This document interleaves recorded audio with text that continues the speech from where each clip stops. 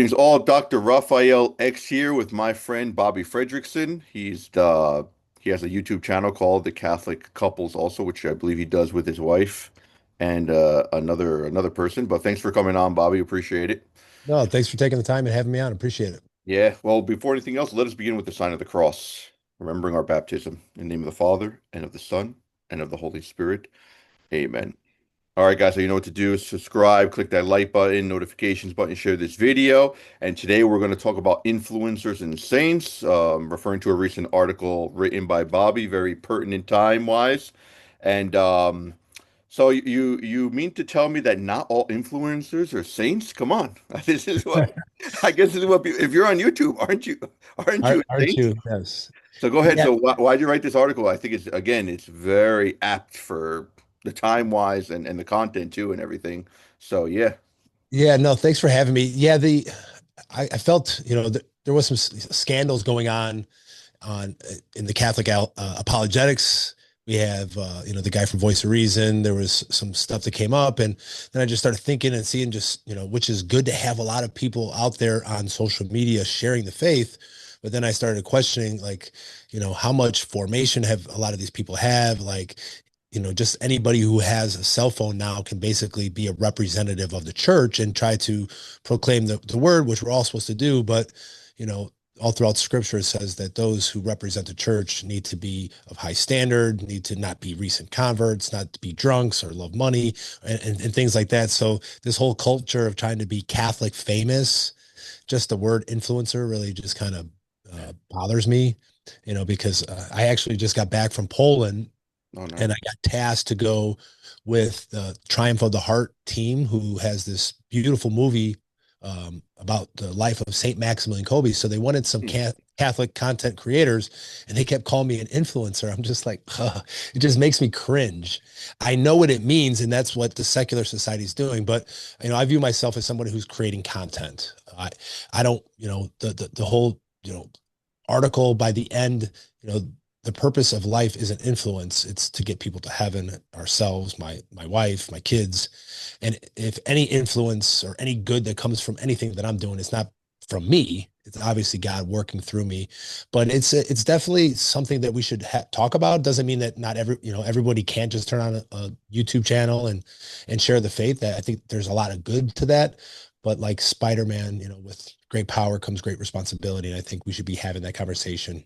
Yeah, that's good. So what do you think? Because obviously there's dangers right on the surface we can see, but what are the deeper dangers of just kind of anyone going on talking about the faith, and why also is really obviously the church is for the evangelization, right? The hierarchy of the church. The Pope especially had recently invited many so-called influencers to the Vatican, but why does it seem like why do you think that there's not this message is not really coming across in the sense of we got to be careful. It's not just like a free for all in a sense. Like yes, we want people to evangelize, but at the same time, we have to make sure there's proper formation.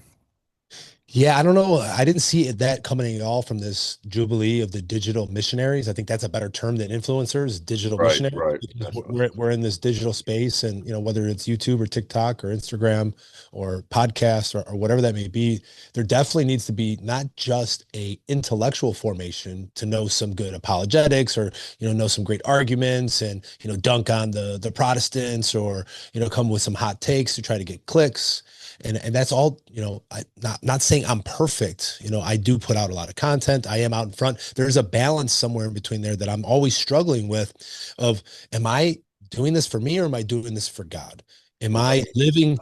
So the way that I counter that is I go to daily mass. I start my day first with 10 minutes of daily meditation, focusing on the gospels mostly. Then I go to daily mass. Then I listen to Bible in the ear. Then I do the rosary. Then I get to work. Then I do divine mercy. Like I'm steeping myself in a practice in the rituals and the beauty of our faith every single day, so that I'm staying in a state of grace. I'm going to confession at least twice a month. I'm trying to go to adoration at least an hour a week. Like I'm doing the things to keep me in a place where I'm doing the right things for the right reasons, and hoping God will bless whatever that may be, whatever good that comes out from me, that hopefully they see God.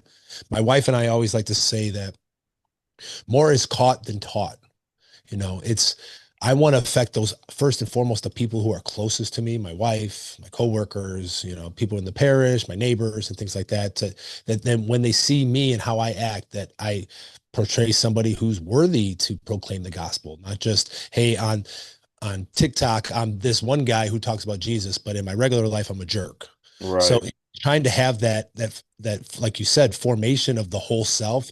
It's not just intellectually or theologically, it's also spiritually, emotionally, in your relationships. And for me, it was very important. I went and did 2 years of formation through our diocese, and we did once a week we had classes, but then once a month we'd have a retreat for 2 years, and that was working on the integration of your whole self. So working on all those different aspects so that you're better equipped to be a leader within the church to do that. So I took a lot of time. Like I said, I'm a convert. I've been Catholic for 16 years.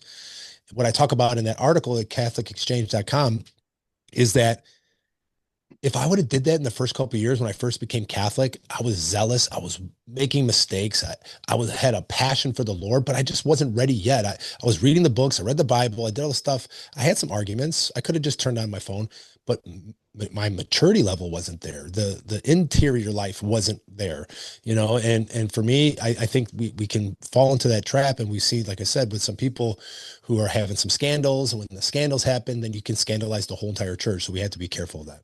Yeah, no, that's true. I mean, the basic principle, you can't give what you don't have.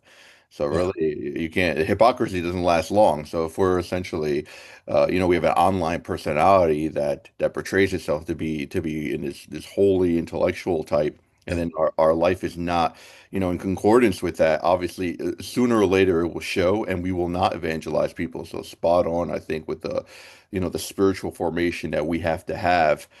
So I do find that danger, like me, because I'm a so-called content creator. I usually do like interviews with people who write articles and books, but I do feel that temptation, and maybe we could talk about this a little bit of kind of what they call grifting, because I do on certain videos I do, which may not be spiritual, and it's not really the theme of my what I originally proposed with this channel. Some of those videos get a lot of views. And they could be more sensationalist, more, just more impacting in a sense. But I think there's this real danger to kind of just you alluded to it, as opposed to, put content to evangelize, put more content to shock and awe to get those clicks. Isn't that a real temptation for so-called influencers or content creators? Yeah, I mean that's when I started the podcast with my wife like a little over 3.5 years ago. It's we had that conversation because it's a balance, it's a tension between okay, we're gonna do this YouTube channel, we're gonna have this podcast, but we still have to like, what's the point of doing it if no one's gonna listen to it or watch it? So it's like you have to almost be out in front and to promote yourself, what can seem like a poser or you're just trying to get clicks or to likes. And I Right. think that's where it comes into the integrity of like, why are you doing it? Are you doing it for the greater glory of God? And I'm human, I'm a sinner just like everybody else. Does it feel good for people to say that was great and you did a good job, and now I see this point because you said that and this and that? Of course we're human, but it's how do we temper that? How do we take that into prayer? How do we put ourselves out there? Are we living that what we're preaching? And I think that's the hard part in this life, because I'll when I'm working with certain people and God forbid I slip up and I say a cuss word, or maybe I wasn't so charitable to a coworker, they're the first ones to call me out on it, which doesn't feel good. Oh, I thought you were Catholic. Hmm. Oh, Catholics talk like, and not that they're even practicing, but it's like they notice. And if you're putting Jesus out front, people will definitely, those who are closest to you, who maybe not, they're just looking for those moments to try to catch you up on that you're not living it fully and you're not taking it that seriously. So it's definitely a tight wire, because like I said, it's like if you don't put it out there, no one's ever going to watch it, and the way the algorithm works is like, yeah, you want to have, some titles that may be a little edgy to get people to want to even click on it. And we all fall temptation to that. But like I said, what's the point of doing it? I think it's a Jewish axiom that basically says that, you know, if I'm not for myself, who will be? But if I'm only for myself, who am I? So it's like we have to promote this thing, but do it in a tasteful way. And what I try to do is I try to go on whoever asks me to come onto their shows. Like today, a couple people on Instagram was like, "Hey, can you share this thing for me?" No problem. A rising tide raises all boats. So I'm trying to help people who write books or got shows. If they ask me, I'd like to help people. And I think that's how we can stay grounded and that we're not in competition with each other, that we're all working together to help try to get more people to heaven and to have a deeper relationship with Jesus. One of the dangers is that there's just information overload too. A lot of people are, I mean, there are people who are evangelized through social media, and that's a good thing, I think. But interestingly, a lot of those people who I know, they don't really like to read, so they rather listen. I don't know if that's such a good thing or not. I always tell them you got to read. I mean, spiritual life, you have to read. You have to do both. So that's what actually I try to do in this channel to promote authors who actually write, so they can go on reading, not as a replacement. This is not as a replacement, but go read Bobby's article too, which is really interesting. But basically, it's because of this information overload, how do Catholics tell which which program is sound and which isn't? That, I guess, that's the substantial question right here. I mean, there's all these different YouTube channels to choose from. Which one should I watch? Yeah, that's tough. And you should be discerning that. If people are telling you the Pope is bad and things like that, and they're very divisive, I don't subscribe to that. I don't think there's any fruit in that. The devil comes to divide and to scatter and to accuse and things like that. I try to find people who cite the scriptures, who cite the catechism, who, cite the early church fathers, who give those kind of sound arguments, who are orthodox, in their their teaching. But there's a lot of content out there that they're not necessarily sharing apologetics or arguments. Sometimes it's just sharing like beautiful churches or praying the rosary or things like that. So I think there's a wide variety of people out there who are shining a light on the Catholic Church. It's just what I was trying to get to is that before we turn on the microphones, we should be silent. We should be spending time in prayer to ask God, what is it that you are trying to say through me? What should I be talking about? All of those things. And I think that when we do that, then those are the right people who are, practicing what they preach. In the article, I love this quote by St. Paul VI, who said, modern man listens more willingly to witnesses than to teachers. And if he does listen to teachers, it is because they are witnesses.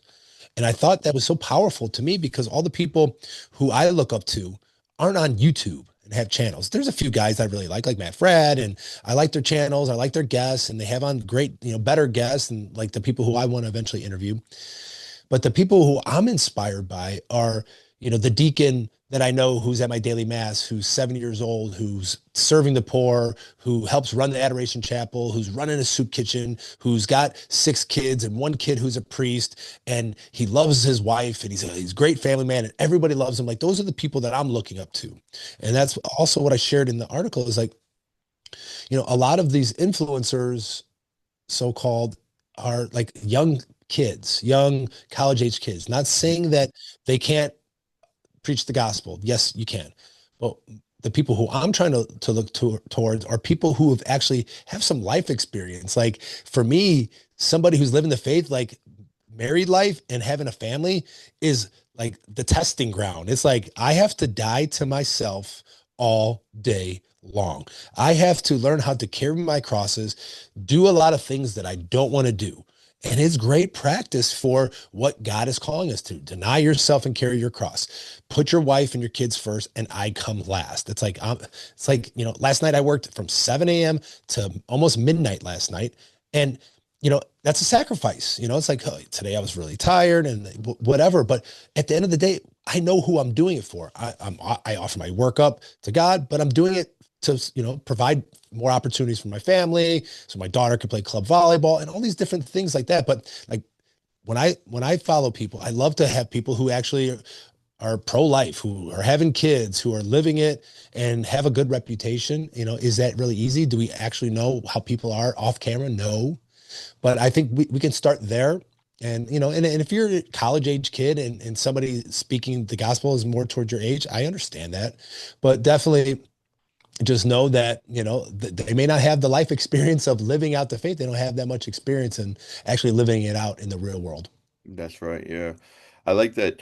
in a sense, there's like a hidden life. There has to be a hidden life before the behind that apostolate, because that hidden life of sanctity and really our Lord living in obedience those 30 years is example of that. That before his public ministry for 3 years, he was living that hidden life, which we don't really know. We don't know explicitly what happened during that life, but he was obedient. He kind of given us the example of, charging yourself spiritually in that sense in prayer and penance. So yeah, that's spot on. That experience is really crucial. And I like this paragraph which you wrote where it says that we're seeing the fruit, and I think you're referring to more that there may be a good intention in a spiritual sense, but there's again this lack of formation.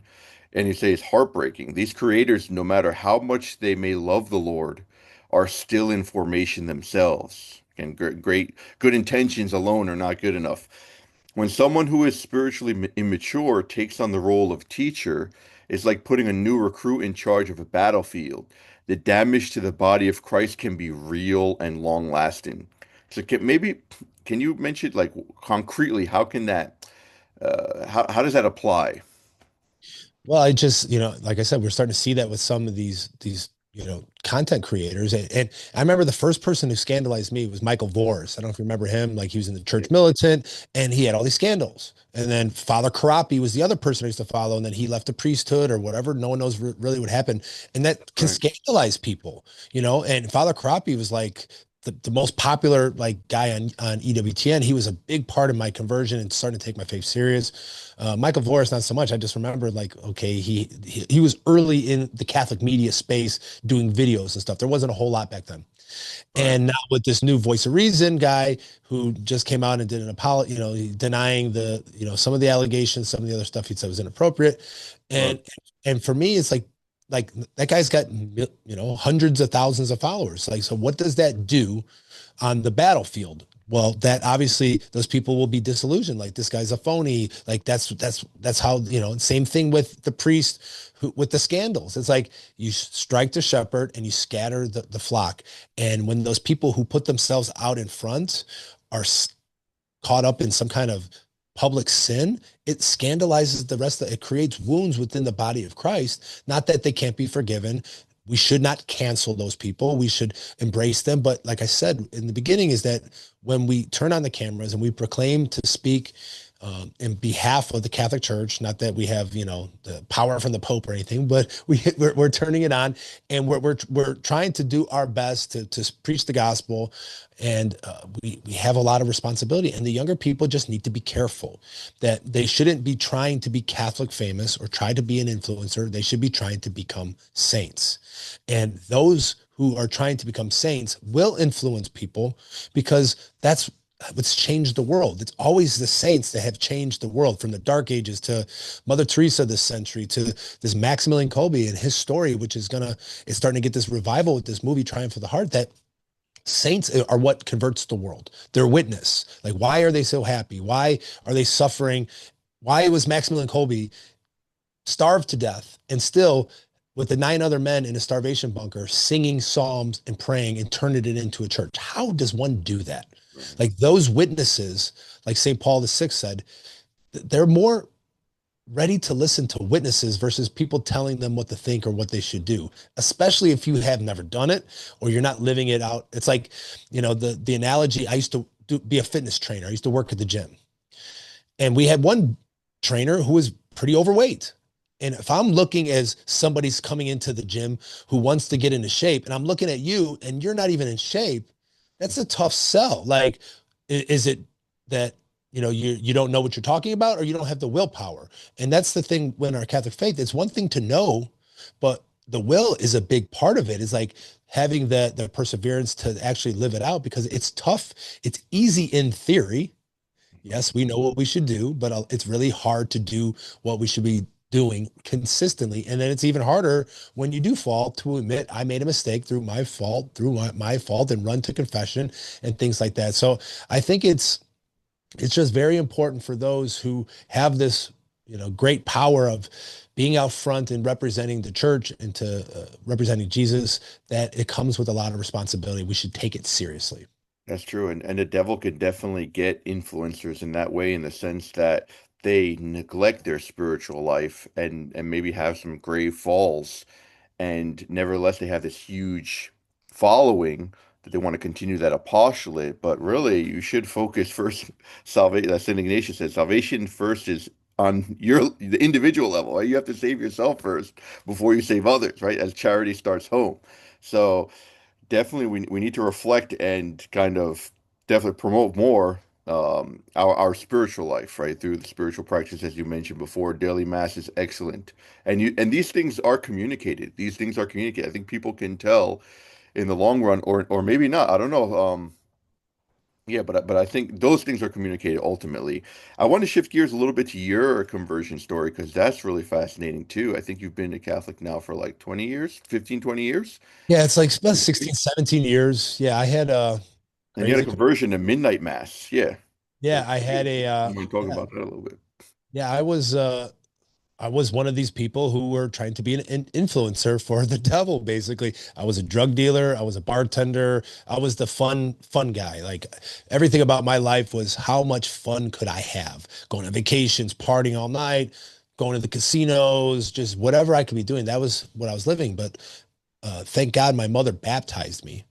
My other three brothers weren't baptized, but I was baptized. So I had that indelible mark built in. It was like I say, God's homing device. And my girlfriend at the time, my now wife, she invited me to a midnight mass. And I think the only reason I really went because then she hooked me with, we usually, head to the bar afterwards. I'm like, okay, well, I'm starting to like this girl. I'm like, all right, I'm gonna go to this thing, and then we're just gonna go to the bar afterwards, anyways. But at this moment in my life, I had started to reap some of the consequences of living a lifestyle full of sin, which was I lost my job, I lost my house, lost my hair. I was in a very low point. I didn't even have a car at the time, and I had a car at 15. Like, so I was used to having whatever I want, whenever I want, and that's how I live my life. So I was in a place where I said, okay, I accepted the invitation. I go to midnight mass at a beautiful cathedral in our hometown where my wife went to school and where we eventually got married. And, you know, beautiful marble, just a beautiful church. I've never been in there. And I walked in, it's dark. The choir singing like carols. The lights are, real low and the candles are lit. And I remember just walking in and saying, God, if you're real, let me know. I've created a mess of my life and I can't fix it myself. If you're real, let me know. And during that mass, I had an overwhelming feeling of peace and love that I never experienced in my life. Now looking back, I know that's, how the Holy Spirit works. And my whole body was like warm. And I walked out of there and, I had tears from time and just extreme joy. And just, it was so strange to me because I didn't know how to communicate. I didn't know what was going on. And I just turned to my girlfriend, my now wife, and I just said, hey, I think I want to come every Sunday. Like, I don't know what just happened. I walked in one way and I walked out another. And then from that moment on, I have just been reading all the spiritual books, studying the Bible, going through formation, and just every day falling more in love with the Lord. Wow, blessed be God. Yeah, no wonder you like Father Carapi so much. It's similar, right? Yeah, that's Similar. exactly why somebody knew that, and he gave me six CDs, and that first one I listened to was his conversion story about how he lived a life of very similar to what I was living. Right, right. I love how you threw in loss of hair there, as if that's culpable. I guess it Yeah, could be. well, it was a matter of like stress. I think I was under Oh, so okay. much Right, right. stress because losing a house is something. Yeah, I yeah. bought a house at 22.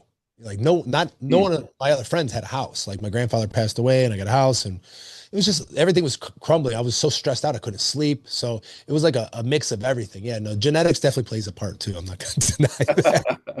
Yeah, but Thanks be to God. it was a lot of stress on top of it. It's like the weight of the world fell definitely upon me. Right, right. Thanks be to God. Well, yeah, that's great. And thanks for your postulate. I mean, your postulate's really, oh yeah, like 7,000 subscribers. So it's a growing YouTube channel. I'll put also in the description link his article and also his YouTube channel, a link to that. If we could just talk a little bit about the Catholic, the digital, the missionary thing, Catholic digital missionaries. That's what the Jubilee for Catholic Digital Missionaries is, the actual terms that were used, the title. What because you said there's a lot of to reflect on this. What do you think? What are the what do you think the Vatican's kind of its goal here, and how do you see here? What do you see? What do you make of it? I think it's great news. To be honest, St. Paul used the Roman roads, all the way back to, Fulton Sheen used TV. St. Maximilian Kolbe invented a new, process of the printing press and started a radio program where he was reaching over 1 million people. He was like the Bishop Barron before Word on Fire was even thought about in the 20s and the 30s. So using mass communication and using the medium that which the people are going to be, I think it's great. We should be on those platforms, but before we enter into them, we should be prepared for what is at stake, which is the devil is going to try to make it seem like you're so great, you're so famous, and to try to put those idols on top of God, to try to keep God first. And so for me, like I said, it's a temptation because it's like I want to be out there so that the channel grows. So, like, who doesn't want to do this full time? Work a regular job, but if I could do podcasting for a job like full time, I would love to do that. Of course, I do this podcast with my wife, which is we do a lot of family, marriage type stuff, liturgical stuff. But then I do another podcast with my friend Khalil called Purposely Catholic, where we do a lot of interviews. We're real interview heavy the next couple months, but we got like a little studio through our parish, which is awesome. But we'll do current event type stuff. We'll talk about what's going on in the news, but through the lens of our Catholic faith. And it could, I'm a person. I have political leanings and things like that, but we're upfront about it. But I try to do my best on, hey, this is what the church teaches about immigration. This is what the church teaches about just war theory. This is what the church teaches about that. And I think there's not a whole lot of Catholic apologists who are talking about the things that most people are thinking about. Like today, the Federal Reserve. Okay, well, why is that important? Well, people, the church has talked about people are entitled to have private property and have your own house. And there's a lot of people, especially, kids these days can't afford a house. And it's like, so there's a lot of things that are important. And if we can attach, our Catholic faith on why we believe what we believe and try to sort these things out, like what's going on in Ukraine and Russia, like what's going on across the world, people are talking about these things. And I think it's a good way for us to enter into those conversations and try to say, well, what would Jesus do? What does the church teach? And how can I help? It's like, yeah, commenting is one thing, but like what the Pope called us to do today was to pray and fast for peace in Ukraine. So that's practical things that we can do that I did today. I fasted and it's like, okay, but why? Why do we do that? Like, it doesn't seem like anything happened. What? I didn't eat breakfast and I didn't eat lunch. Big deal. Well, no, there is big deal when we do things like that. And so we talk about stuff like that. And I think it's important for us to be out there in the marketplace of ideas on where most of the people are at. Like, let's just face it, majority of people spend most of their time on their phones. So we should be there in competition with the secular people who are trying to drive people to the devil. And we should be trying to get people closer to Jesus. Yeah, yeah. On your show, A Purposely Catholic, I realized you had recently, which I had him like yesterday or 2 days ago. Devin Scott? Shad, I Yeah. don't know how you pronounce the last name. You wrote the rule. Yeah, he's Yeah. the founder of the fathers of Saint Joseph. So yeah, we do a lot Yeah, of he similar he things. was that. Yeah, he was excellent. Yeah, Yeah, we've he's been awesome. doing a lot of authors. So like, I read a lot of books as well. I see your ton of books here. All my books are upstairs. I'm in the process of redoing my little studio. But yeah, I carry books everywhere I go. It's like that's how a lot of people don't understand the thing about reading. Obviously, it's more catchy to use your phone and like the videos and stuff like that. But when you develop a practice of reading, it's teaching you how to sit still and to pray as well. I had a hard time to be able to sit in adoration for 15 minutes. And then I started to take reading very seriously because you can't be distracted. Like you could be watching TV and scrolling your phone and doing all these other things. But when you're reading, you have to be singularly focused. You have to be intentional. If not, you got to keep going back and rereading and things like that. So slowing down and reading a book is a beautiful habit, not only what's on the pages and reading great spiritual books, but it's also teaching you a practice, not only to use your brain and your imagination and to think about things and not just, taking in whatever someone's opinion is throwing it to you through images, but it's also teaching you how to pray, how to sit still, how to be in silence. Like, because that's a lost art. And it's just face it. Like most people want to read or just watch YouTube videos, which it's there's a time and place for that, but there's also a time and place for silence. There's also a time and place to read. And I think for me in my journey, in my faith journey, reading like at least 10 to 20 pages a day, which isn't a lot. But if you read 20 pages a day, it's almost like 30 books a year. It's like people don't realize they get overwhelmed and think they got to read this whole book. Like, Right. no, I like in between things, I'll read a chapter at a time and, I'll go that way. Try, sometimes you're in a great book and you really want to read it. And then you read 100 pages at once or 60 pages. But just trying to get into that habit, then it really will help translate into the rest of your life where you can sit still and not be trying to do five things at once. The scrolling and having all these windows open and so many things, it's so distracting. We need a better practice, and I think reading can really help us not only get smarter but also to sit still and to pray. Very good. Yeah, I always equate, put in that incorporate reading in the spiritual life, especially for meditation, because to have a content for meditation, you have to read essentially. But it's not purely, just an intellectual practice in prayer, but it's reading in order to kind of rumiate what I'm reading. So it's like detained reading, where you're reading, especially in the Blessed Sacrament, not any kind of book, but kind of a meditative book that really moves your will in the end. But yeah, it's yeah, awesome stuff, man. Awesome stuff. But well, thanks for coming on. This has been great. I mean, No, appreciate it. Yeah, I'm any glad we can works, make it maybe work. we should have more of a collaboration. Maybe in the future we'll have you on because you have some really interesting topics in both your YouTube channels, but we're very similar. So maybe, you Yeah, know, no problem. I wouldn't mind anytime coming on. Yeah, I think it's important to help each other. It's good to have these conversations, and I think we can learn from each other, on how to continue to get better at what we're doing and how to be better storytellers, how to make better thumbnails, how to get our message out there, and to help each other to do that. Like I said, we're all on Team Jesus, so that's down. right. That's right. All right. Well, you keep up your good work. We'll be united in prayers for sure. And thank you Appreciate it. guys all for listening. And again, check out the description below on the bottom for the links. And thanks for coming on again. Appreciate No it. problem. Thanks for having me. All right.